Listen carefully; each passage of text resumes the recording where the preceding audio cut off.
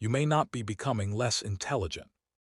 You may simply be getting less willing to think when thinking becomes uncomfortable. That sounds harmless, but look at your everyday choices. When something is difficult, do you stay with it or escape?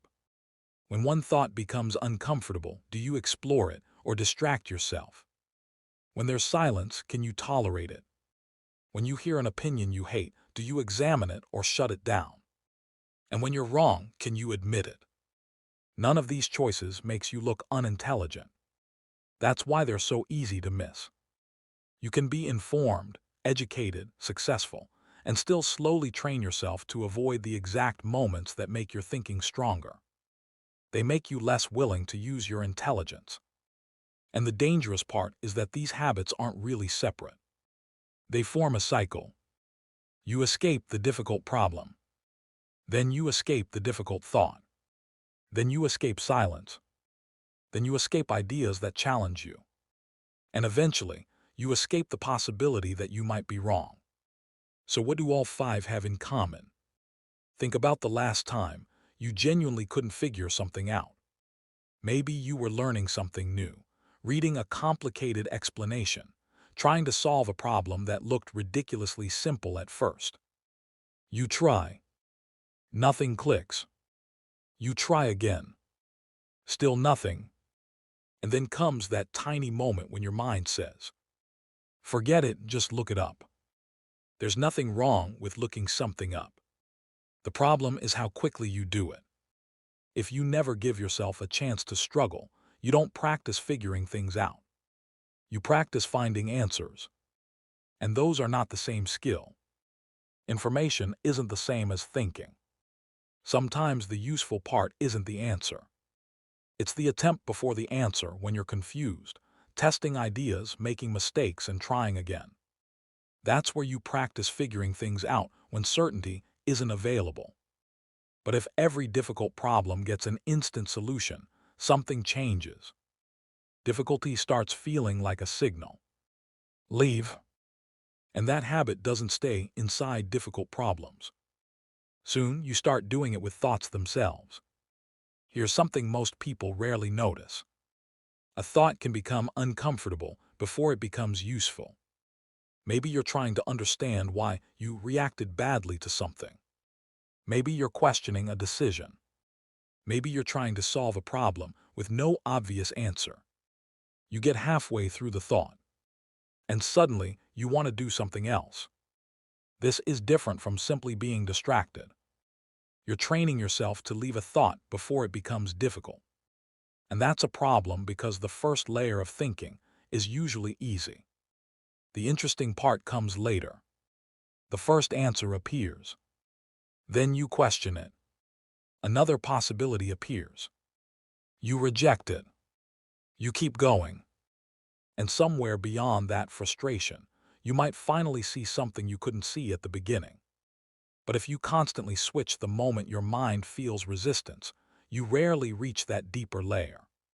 You don't necessarily lose the ability to concentrate. You lose the habit of staying. And when staying with one thought becomes uncomfortable, something else becomes incredibly attractive. Constant stimulation. Notice what happens during the smallest empty moments of your day. You're waiting. Nothing is happening. No problem needs solving. No conversation is demanding anything from you. Can you just sit there? Or does the silence immediately feel like something that needs to be filled? This is where the third habit appears. Escaping boredom. Not because boredom is magically good, but because constant stimulation leaves very little room for unplanned thinking. Sometimes your best idea doesn't arrive while you're desperately searching for it. It appears when you're doing something ordinary. A forgotten problem suddenly makes sense. Two unrelated ideas connect. A question you've been avoiding finally comes back. But here's the strange part.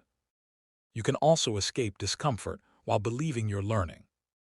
Intellectual comfort. You find information that agrees with you. You watch someone explain exactly what you already believe. You read comments from people who think the same way. and it feels like learning. But ask yourself something uncomfortable. When was the last time you deliberately looked for information that could prove you wrong? Not information that makes you angry. Not someone to argue with. Information that genuinely forces you to reconsider your position. Because if everything you consume confirms what you already believe, you aren't necessarily challenging your thinking. You're protecting it. And eventually, those beliefs stop feeling like ideas. They start feeling like you. At first, a belief is just a thought. You have it. You repeat it. You defend it. You build decisions around it. Then someone challenges it. And suddenly, something feels personal. Not because the argument actually attacked you, but because your belief has become part of your identity. That's when the question changes. Instead of, could I be wrong? You start thinking, how do I prove them wrong? And that tiny difference can change everything. Because now you're no longer trying to understand the idea. You're trying to defend yourself. This is why the fifth habit connects to all the others. You escape the difficult problem. You escape the difficult thought. You escaped the silence. You escaped information that challenged you. And now you're escaping the possibility that your own conclusion might be wrong. 5 different behaviors. One underlying pattern. When thinking becomes uncomfortable, you leave. So try something different. The next time something is difficult, don't immediately search for the answer. Make the attempt first. When one thought becomes uncomfortable, don't automatically abandon it. When silence appears, let it exist. When you hear something you disagree with, investigate before rejecting it. And when you're completely convinced you're right, ask the question that can keep your thinking honest. What would prove me wrong?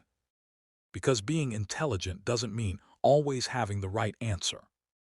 It means being willing to stay in the uncomfortable space long enough to discover a better one. You don't need to think harder every second of the day. You just need to stop escaping every time thinking gets uncomfortable. So ask yourself, how often do I actually make myself think? Because the scary thing about becoming mentally weaker isn't noticing it. It's not noticing it at all.